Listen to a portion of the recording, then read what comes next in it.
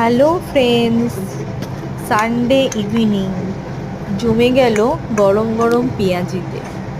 কিছুই না, জাস্ট পেঁয়াজটাকে ভালো করে ছোটো ছোটো করে কেটে নিয়ে ওর মধ্যে কিছু হালকা মশলা, মানে তোমার বেসন, জিরে গুঁড়ো, একটু ধনে গুঁড়ো, লঙ্কা গুঁড়ো, হলুদ গুঁড়ো, নুন দিয়ে মেখে নিয়ে গরম গরম তেলে এরকমভাবে উল্টে পাল্টে ভেজে নিলাম একটুখানি সময় রেখে।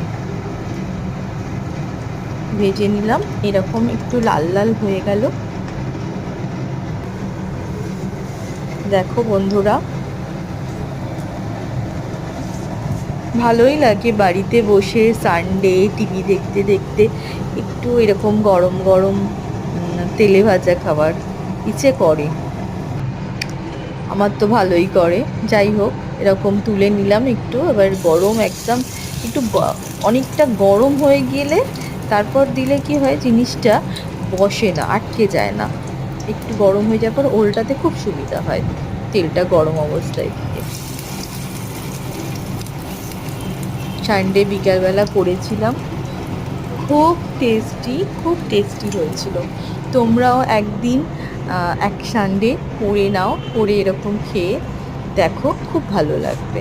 Thank you.